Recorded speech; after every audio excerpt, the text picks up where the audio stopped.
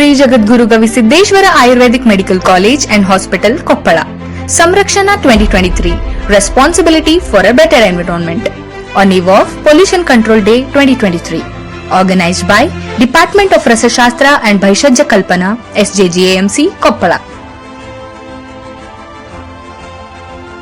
Every year on December 2, India observes the National Pollution Control Day to remember and pay tribute to those who lost their lives during the Bhopal gas disaster on December 2 and 3, 1984. This year, in an effort to increase the public awareness of pollution prevention, we have conducted a short video competition for our students.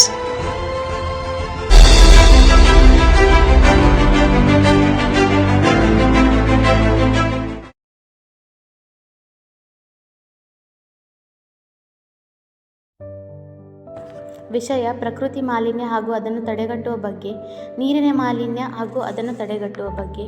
ಇದಕ್ಕೆ ಮೂಲ ಕಾರಣ ಜನಸಂಖ್ಯಾ ಸ್ಫೋಟವೂ ಒಂದು ಕಾರಣ. ಹಬ್ಬದ ಆಚರಣೆಯಲ್ಲಿ ರಾಸಾಯನಿಕ ಭರಿತ ಮೂರ್ತಿಗಳನ್ನು ತಂದು ಆಚರಿಸುವುದರಿಂದ ನೀರು ಮಾಲಿನ್ಯವಾಗುತ್ತದೆ. ಆದ್ದರಿಂದ ಮಣ್ಣಿನ ಮೂರ್ತಿಗಳನ್ನು ಉಪಯೋಗಿಸಿ. ಹಳ್ಳಿಗಳಲ್ಲಿ ಕೆರೆಯಲ್ಲಿ ಎಮ್ಮೆಕರ ಹಸುಗಳನ್ನು ಪ್ರಾಣಿಗಳನ್ನು ಸ್ನಾನ ಮಾಡಿಸುವುದರಿಂದ ಬಯಲು ಶೌಚಾಲಯಕ್ಕೆ ಹೋಗುವುದರಿಂದ ನದಿ ಮಾಲಿನ್ಯವಾಗುತ್ತದೆ. ಆದ್ದರಿಂದ ಸರ್ಕಾರವು ನಿರ್ಮಿಸಿದ ಶೌಚಾಲಯವನ್ನು ಉಪಯೋಗಿಸಿ. ಕಾರ್ಖಾನೆಗಳಿಂದ ಬಳಸಿರುವ ತ್ಯಾಜ್ಯ ವಸ್ತುಗಳು ನದಿಗಳಿಗೆ ನೇರವಾಗಿ ಬಿಡುಗಡೆಯಾಗಿದ್ದರಿಂದ ನೀರು ಮಾಲಿನ್ಯವಾಗುತ್ತಿದೆ ಹಾಗೂ ಅದರಲ್ಲಿರುವ ಜೀವಕ್ಕೂ ಕುತ್ತು ಆಗುತ್ತಿದೆ. ಅದನ್ನು ತಡೆಗಟ್ಟಿ. ಪ್ರವಾಸಕ್ಕೆ ಹೋಗಿರುವಾಗ ಎಲ್ಲ ಜನರು ತಾವು ಉಪಯೋಗಿಸುವ ವಸ್ತುಗಳನ್ನು ಹಸಿ ಕಸ ಹಾಗೂ ಒಣ ಕಸಗಳನ್ನು ವಿಂಗಡಿಯಾಗಿ ಹಾಕಬೇಕು. ಕಾರ್ಖಾನೆಗಳಿಂದ ಬಿಡುಗಡೆಯಾಗುವ ಹೊಗೆಯು ಶುದ್ಧವಾದ ವಾಯುವನ್ನು ಮಾಲಿನ್ಯವಾಗಿಸುತ್ತಿದೆ ಹಾಗೂ ಮೈನಿಂಗ್ ಸ್ಥಳಗಳಿಂದ ಕೂಡ ಮಾಲಿನ್ಯವಾಗುತ್ತದೆ. ದೀಪಾವಳಿಯಂತಹ ಆಚರಣೆಯಲ್ಲಿ ಬರೀ ವಾಯು ಮಾಲಿನ್ಯ ಅಲ್ಲದೆ ಮಕ್ಕಳಿಗೆ ಕಣ್ಣಿನ ಸಮಸ್ಯೆಗಳು, ದೃಷ್ಟಿ ದೋಷಗಳು ಆಗುತ್ತಿವೆ. ಶಬ್ದ ಮಾಲಿನ್ಯ ಹಾಗೂ ವಾಯು ಮಾಲಿನ್ಯ ವಾಹನಗಳಿಂದ ಉಂಟಾಗುತ್ತಿದೆ. ಅದನ್ನು ಆದಷ್ಟು ತಡೆಗಟ್ಟಿ. ಅದರ ಬದಲಾಗಿ ಸೈಕಲ್ ಹಾಗೂ ಪಾದಚಾರವನ್ನು ಉಪಯೋಗಿಸಿ. ಅದು ಆರೋಗ್ಯಕ್ಕೂ ಒಳ್ಳೆಯದು. ಶಬ್ದ ಮಾಲಿನ್ಯ ಗಣಪತಿ ಹಬ್ಬ ಹಾಗೂ ಹೊಸ ವರ್ಷದ ದಿನದಂದು ಇಂತಹ ಮೈಕ್, ಸ್ಪೀಕರ್, ಡಿಜೆಗಳನ್ನು ಉಪಯೋಗಿಸುವುದರಿಂದ ಸಣ್ಣ ಮನೆಗಳು ಕುಸಿಯುತ್ತಿವೆ ಹಾಗೂ ವೃದ್ಧ ವಯಸ್ಕರಿಗೆ ಹೃದಯಾಘಾತ ಸಂಭವಿಸುತ್ತಿದೆ. ಇದನ್ನು ಕೂಡ ತಡೆಗಟ್ಟಿ.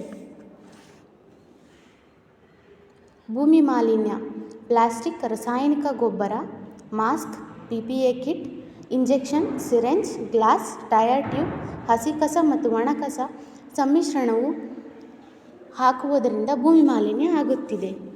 ಆದ್ದರಿಂದ ಪ್ಲಾಸ್ಟಿಕ್ ಬದಲು ಪೇಪರ್ ಬ್ಯಾಗ್, ಜೂಟ್ ಬ್ಯಾಗ್ಗಳನ್ನು ಉಪಯೋಗಿಸಿ. ಹಸಿ ಕಸ ಮತ್ತು ಒಣ ಕಸಗಳನ್ನು ವಿಂಗಡೆಗೊಳಿಸಿ ಮುನ್ಸಿಪಾಲಿಟಿ ವಾಹನಗಳಿಗೆ ಹಾಕಿ.